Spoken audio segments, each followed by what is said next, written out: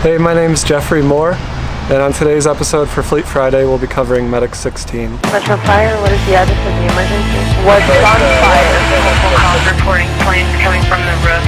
LPD's arriving on scene, stating fire in the stairwells as well. Multiple callers, flames seen coming out of the unit.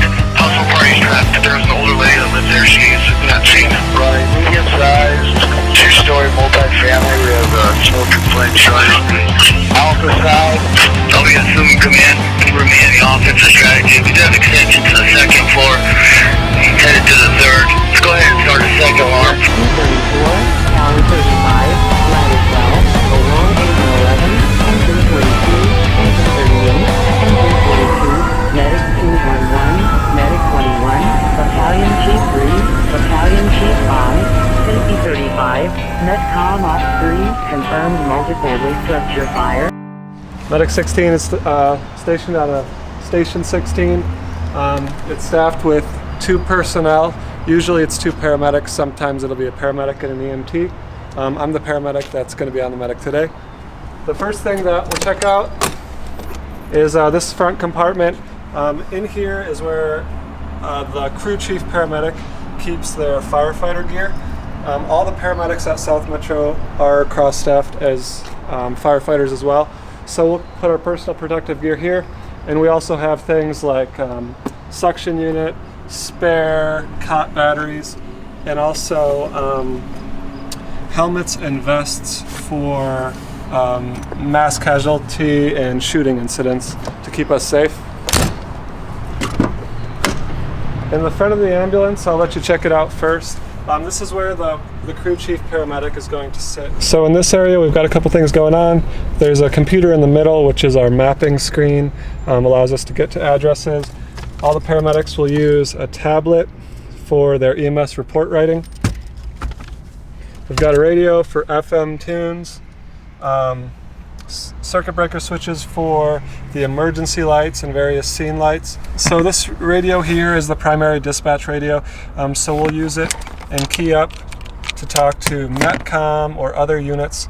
We have a dial here, and that's attached to this radio microphone. In this area here is what's called a Knox box key. So in this box is a key called a Knox key, which will get us access to a Knox box, which holds the keys to gain access to many different apartment buildings, commercial structures, things like that. It allows us to enter these buildings without having to cause damage through forcible entry. On this side of the ambulance, we've also got a couple different compartments. In this front one on the driver's side, there's a couple things going on. Up top are all the PFDs for the personnel. All ambulances at South Metro have these PFDs, not just the ambulances at the dive stations. This here is a throw bag, which would be used to throw to a victim in the event of a water or swift water rescue. The green tall vertical bottle is an oxygen bottle. This is what houses the entire oxygen unit for the ambulance. So if a patient is experiencing difficulty breathing, we'll give them a mask or a nasal cannula, and it'll hook up to a port which is supplied by this oxygen bottle. We've got a vehicle lockout kit that includes this red bag and this tall skinny jiffy. And then there's 2 different fire extinguishers, as well as bolt cutters for gaining access in rural areas or farm situations or whatever applications we might need. This device here is for the shoreline. The ambulances are regularly using electricity, and so they need a trickle charge of electricity to power those functions without the batteries going dead. Like on the compartment on my side, there's also a compartment on this side for the driver's gear. Today I'm working with another paramedic, and this is all his firefighting gear. There's also down there you can see the flathead axe and the Halligan bar, and together these things are often called the irons.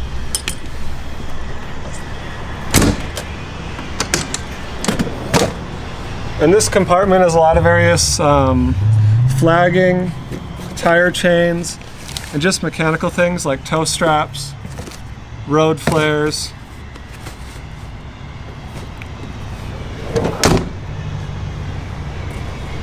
The ambulances at South Metro use diesel or unleaded. This one in particular uses diesel fuel. This is the second complement of my firefighter gear, and so this is where I will keep my SCBA regulator.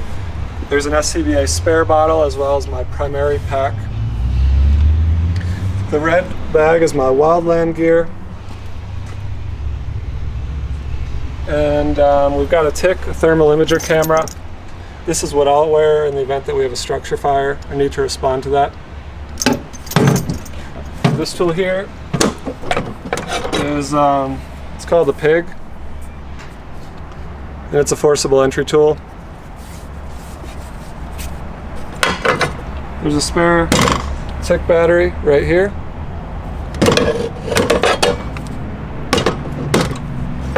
And then hydrant spanner wrenches and a hydrant wrench as well for gaining access to a fire hydrant on a fire call. In this area here, I'll show you how the cot unloads out of the ambulance. As we can see, we've got the entire patient compartment area, and anytime we load a patient into the ambulance or take them out of the ambulance at the hospital, we'll bring out our cot. At South Metro, we're super lucky. All the cots are power loading cots, so they'll all operate with a button function. Pull it out all the way, and then I don't even need to touch anything, and I can just hit the plus button. The undercarriage will come down along with the legs. I can hit a small button to release the cot. And now everything's out. All the cots at South Metro are equipped the same way. There's a braking system. Everything that's on the cot that is red moves something. So I can pull this red trigger and I can put the side rail up and down. I can pull this to raise the knees. I can raise the base of the cot like this here. And it's just supplied with your standard stuff. Towels, blankets, cervical collars. This is a mega mover tarp. These are all things that we use regularly on EMS calls. To load the cot is similar to unloading it.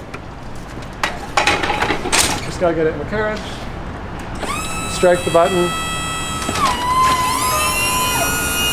and then we'll just carefully hold it as we push it into the ambulance.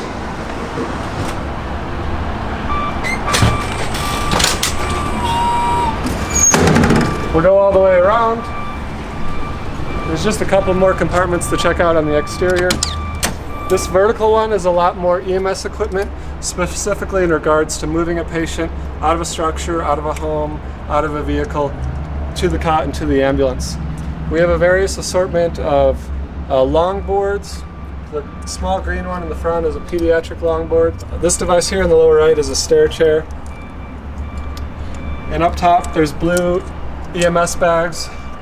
The first bag in the middle is for splinting injuries, and the bag up top holds an assortment of cervical collars, tourniquets, trauma gear. At South Metro Fire Rescue, there's a huge wildland-urban interface, and so all the firefighters and all the paramedics have wildland fire training. This is where we keep our web gear for wildland fire incidences and deployments. And then we're back into the patient care area. We can open this door and go on in.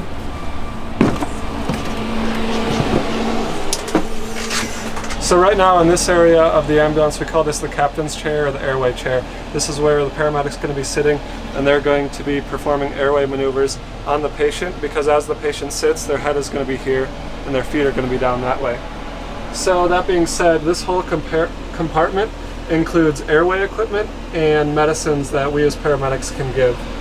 So there's different airway adjuncts, oxygen administration tools, intubation supplies, medicines, things like that.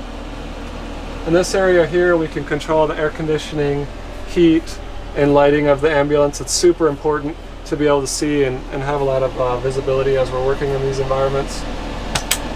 We'll keep spare defib pads in this compartment, and this little doohickey is for the sharp spin, and we can insert it as a key, twist it, and then remove the bin.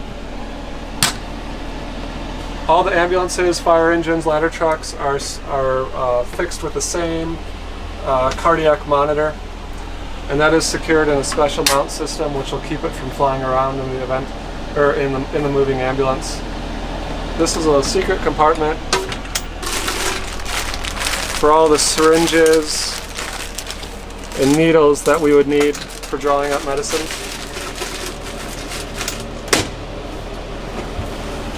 All the ambulances have green trees for oxygen ports with a regulator that we can adjust the oxygen flow levels.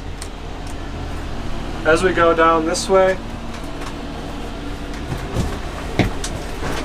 people call this seat the CPR seat. It's a good spot where you have access to the monitor and also the patient here. Up top is some more airway equipment, including bag valve masks and a CPAP device. If you'll notice throughout the ambulance, there's these items here and also there, and these are vomit bags, and these are super important to have and super important to be able to get to quickly when someone's about to vomit. Going down this way,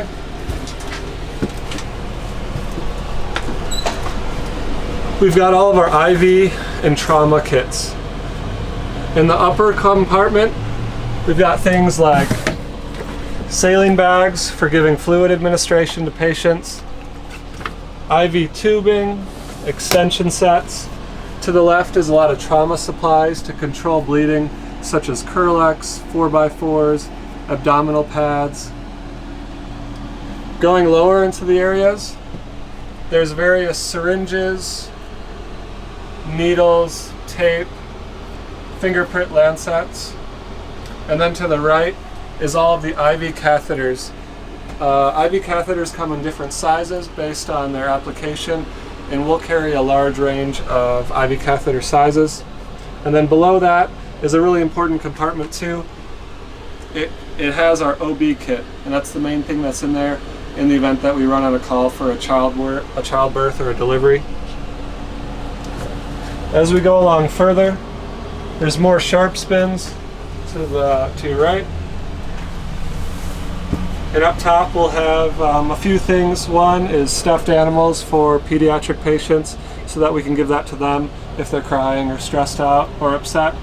We've also got different blood pressure cuffs for the different sizes of the patients that we have. So this thing's kind of cool. It's a ring cutter. So in the event someone has a wedding band and their finger gets swollen, we can use this device, spin this blade, cut through the ring, and remove it from their swollen finger.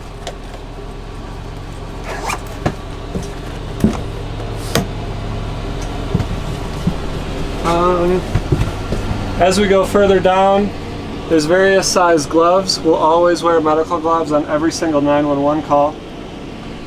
Towards the front of the ambulance, this is the same compartment I showed you earlier, where you can see my firefighter gear, the tactical vests and helmet, as well as various other supplies. At South Metro Fire Rescue, we've been piloting some ultrasound programs. In this black case with the butterfly logo is one of our ultrasound machines. Up top there's more towels and sheets for making up the cot. And in this vault are all the narcotics that paramedics will use. Down below there are extra oxygen bottles.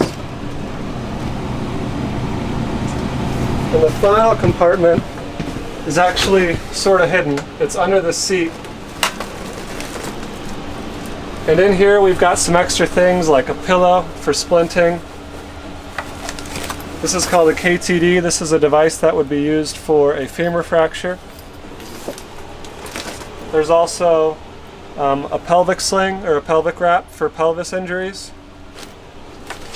For people that love pets, we've got pet oxygen masks. In the event that we rescue a pet from a fire, they need to administer oxygen. And then there's a fire extinguisher and some various cervical collars. The last thing that's left in the ambulance are the mobile kits. These are kits that will work out of inside the ambulance and also inside people's homes. The first one is called the orange kit or the jump kit. It's kind of cool. Every orange kit is configured with a carbon monoxide detector so that we can go into a structure safely. And checking out the kit, it's just got a bunch of EMS supplies that we'll use regularly. Stethoscope, blood pressure cuff, glucometers, thermometer probe, trauma gear, things like that. This one here is called the Red Airway Kit, and it's got all things airway. There's an oxygen bottle, bag valve masks, nasal cannulas, medicines for people having asthma attacks, things like that. I think we covered it all. I appreciate you watching. This was the Fleet Friday portion of Medic 16 at South Metro Fire Rescue.